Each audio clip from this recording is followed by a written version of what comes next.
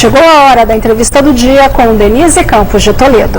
E nós vamos falar agora das primeiras medidas anunciadas por Trump e o novo mandato dele. Eu converso com o cientista político Rafael Cortes, que é sócio da Tendências Consultoria. Rafael, boa noite. Boa noite, Denise. É um prazer estar conversando com você.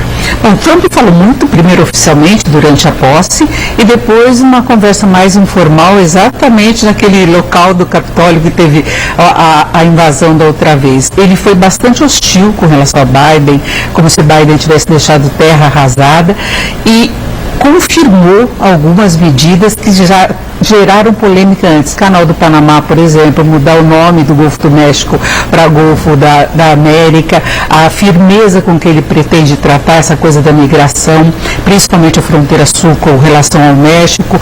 Você acha que ele pode implementar isso mesmo? Houve reação do governo do Panamá, mas se chegaria a uma disputa militar? Olha, uma boa parte, sim, uma parte relevante dessas agendas, não obviamente na sua integralidade, não somente com todo o desdobramento que sugere essa retórica mais forte que ele tem, Denise. Agora, o Trump tem a oportunidade de, durante pelo menos 2 anos, um grau razoavelmente elevado de coesão interna em torno da sua agenda. A gente vê os dados de opinião pública, em sua maioria, os americanos aprovam uma boa parte dessas medidas do Trump. Os republicanos têm o controle das 2 casas legislativas e o controle da Suprema Corte. Então, ele tem de fato a possibilidade de conseguir fazer uma série dessas alterações. Uma boa parte delas tem um pouco a ver com uma estratégia do Trump, né, Denise, de arrumar possibilidades de vitórias. E às vezes vitórias simbólicas, trocar o nome de alguma coisa ou sinalizar que ele venceu. Então eu espero um mandato com bastante concentração de poder e com chances de vitória elevadas em algumas dessas agendas. E ele tem argumentações próprias, por exemplo, em relação ao Canal do Panamá, que a China estaria controlando lá, que foi uma tolice os Estados Unidos terem dado controle para o Panamá. O país já reagiu, mas é um ponto estratégico para o comércio internacional. E de alguma maneira a China e o combate à ameaça chinesa que aparece nos documentos oficiais de segurança do Estado americano é o que vai dar legitimidade para uma série dessas agendas no fórum internacional que ele sinalizou aqui e acolá. Seja a questão do Canal do Panamá, a gente também pode citar a Groenlândia, que aparece nessa estratégia de se contrapor a essa ameaça chinesa, uma espécie de uma nova Guerra Fria muito mal desenhada. Então ele precisa de uma legitimidade para tentar implementar algumas dessas políticas que são algumas bastante exóticas, umas delas ele na verdade só está lançando uma espécie de cortina de fumaça, enfim, tem de tudo nesse caldeirão populista que é o governo Trump.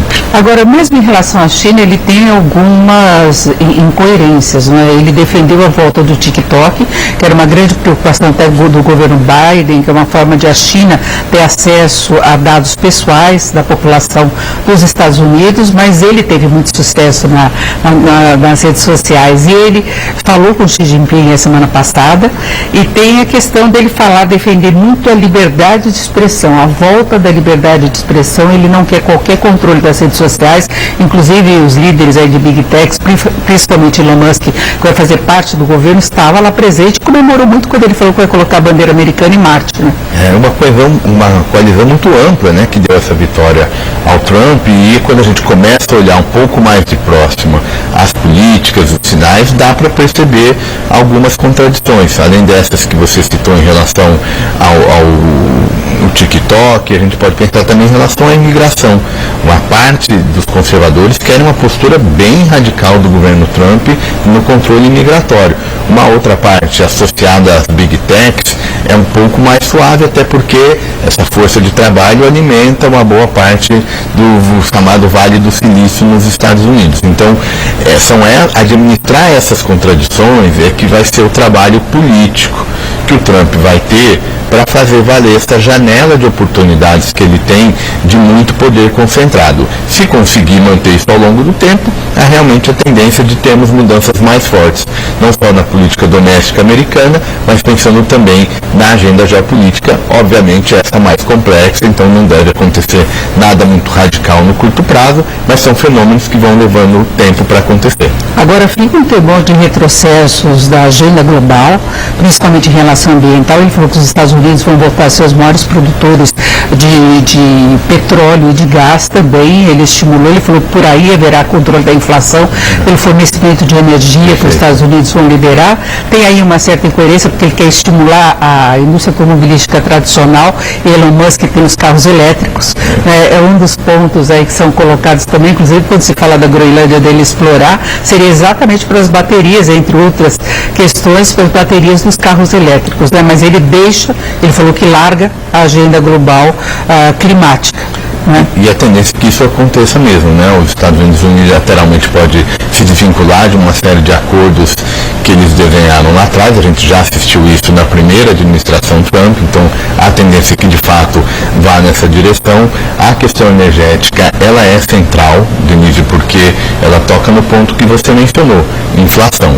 E se tem alguma coisa que pode segurar o Trump nesse início de mandato, são as repercussões inflacionárias de uma série dessas agendas que ele está sinalizando. Então, para minimizar esse problema, ele precisa minimizar o efeito na energia. Então, por isso que ele falou, olha, combustível fóssil, gás natural, usar todas as reservas, usar tudo. O que for para essa inflação de energia cair, porque muito provavelmente vem aí algum aumento de preços vindo da política comercial mais protecionista. Então, fazer essa gestão da inflação é o que me parece o principal controle para esse momento a administração Trump. Agora, tem a questão do retrocesso social também, porque ele falou que da visão do governo dele só vai ter o gênero masculino e feminino, né? Então por aí a gente já pode prever aí uma divisão dos Estados Unidos, né, de conquistas que são importantes e históricas e posicionamento de vários estados. Então uma divisão da população. Outra coisa que causa preocupação nesse retrocesso, ele fala em acabar com a instrumentalização da justiça, porque ele se colocou como vítima, falou que tentaram colocá-lo na cadeia, que a eleição anterior tinha sido roubado, que agora tentaram roubar novamente. Então ele pode vir com alguma vingança, inclusive com relação à justiça. Eu diria que os riscos mais fortes que o Trump gera, o primeiro deles é para a própria política doméstica nos Estados Unidos, seja em relação aos mecanismos de freios e contrapeso, de controles ao poder político, seja o judiciário, as diversas agências que de alguma maneira controlam também o poder político. Isso corre muito risco de elas passarem por uma mudança muito importante institucional. E o risco para a democracia do ponto de vista do respeito às pluralidades dos indivíduos, né? Porque ele tem uma agenda mais majoritária, mais centralizadora. Então, quando a gente olha o rol de possibilidades que o Trump traz, pela sua retórica, pelo seu estilo, questões internas são aquelas que me parecem que têm uma chance maior de realmente ele ter sucesso de implementação, em alguns dos casos retrocedendo em relação a políticas estabelecidas há um bom tempo entre os Estados americanos. Agora, e o Brasil nesse contexto, né? Porque tem a questão da taxação, que ele reafirmou que quer taxar os importados para que a população local não pague impostos, então quem vende para lá e quer pagar. O Brasil é um grande exportador de produtos agropecuários para os Estados Unidos e por aí há uma certa resistência interna dos Estados Unidos em relação a isso, e a agenda ambiental, né? Acho que tem dois grupos de repercussões. A primeira é indireta, essa que você mencionou, política inflacionária, taxa de juros mais alta no mundo, afeta os emergentes como um todo, fica mais difícil a redução de juros nesse cenário. Então o Brasil, em tese, vai ter mais dificuldade de trazer esses juros para um patamar que ajude a atividade econômica. E tem os conflitos mais diretos, que podem aparecer na dimensão econômica, naqueles setores que são superavitários comercialmente em relação aos Estados Unidos. É só uma retórica, porque no fundo é o consumidor que vai pagar via inflação, mas vai pagar esse protecionismo. E tem as questões um pouco mais políticas, que aí eu acho, Denise, o gancho para isso acontecer é Venezuela. Quando Venezuela entrar um pouco no radar, os Estados Unidos, em tese, apertarem mais o regime do Maduro, se o Brasil vai acompanhar ou não essa política que se espera que seja um pouco mais conflituosa em relação à Venezuela, porque a estratégia que o Lula e Biden construíram agora para a última eleição venezuelana não foi suficiente, não gerou transição e o problema democrático continua na Venezuela. Eu queria inclusive observar que na reunião ministerial de hoje, quando o presidente Lula estava se referindo a Trump torcendo para que seja um bom governo, ele falou que ele não quer encrenca, entre outras coisas, com vários países, com os Estados Unidos, com Rússia, com China, mas citou Venezuela também, que não deveria ter feito isso. Cita Venezuela, e eu acho que essa porta de entrada para um estranhamento político claro entre Brasil e Estados Unidos. A segunda é a relação do Brasil com os BRICS, porque os BRICS é percebido pela diplomacia americana como uma área de influência chinesa. Tanto é que quando Trump faz aquela ameaça em relação aos BRICS, pensando na agenda de retirar um pouco da dependência do dólar nas transações comerciais, a transação comercial passar a ser feita também em moeda local, é nesse contexto que o Trump vai lá e dá uma chamada de atenção, né, vamos chamar assim, no Brasil e nos demais países do BRICS. Então, a segunda porta de entrada para um mal-estar mais direto entre a política externa brasileira e os Estados Unidos sobre Trump é como o Brasil vai lidar com os BRICS. E desde sexta-feira, entre outros países, agora Cuba e Bolívia também tem uma participação, não é membro integrante do BRICS, mas também foi convidado, foram convidados. Né? Porque, de alguma maneira, é esse mundo tentando escapar, digamos, dos Estados Unidos mais unilateral, uns Estados Unidos que não respeita tanto alianças históricas. Isso está explicitamente na fala do Trump, o Make America Great Again, é um pouco isso, American First, para usar um estrangeirismo aqui. A ideia dos Estados Unidos como prioridade. Isso demanda a ação dos outros países de tentar áreas de influências para se contrapor ao poder americano.